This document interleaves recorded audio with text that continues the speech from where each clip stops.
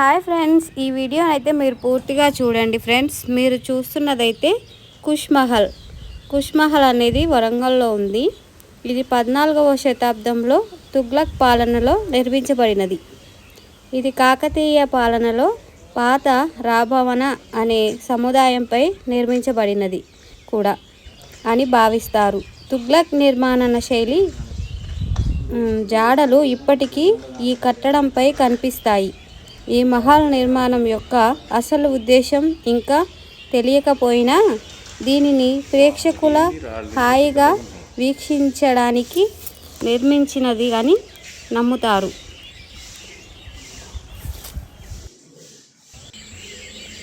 కుష్ మహల్ వాలుగా ఉన్న గోడలు మరియు వాలుగా ఉన్న తోరణాలను కలిగి ఉంది.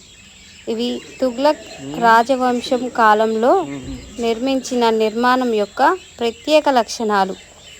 తూర్పు మరియు పశ్చిమం వైపున ఉన్న మహల్ యొక్క పొడవైన గోడలు ముందుకు సాగే స్టాకెన్ మరియు సన్నని దీర్ఘచతురస్రాలతో 6 తోరణాలను కలిగి ఉంటాయి.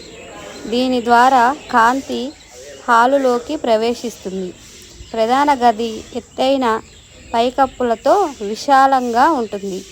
ఉత్తరాన ఉన్న భారీ ప్రవేశ ద్వారం ద్వారా దీనిని ప్రవేశించవచ్చు.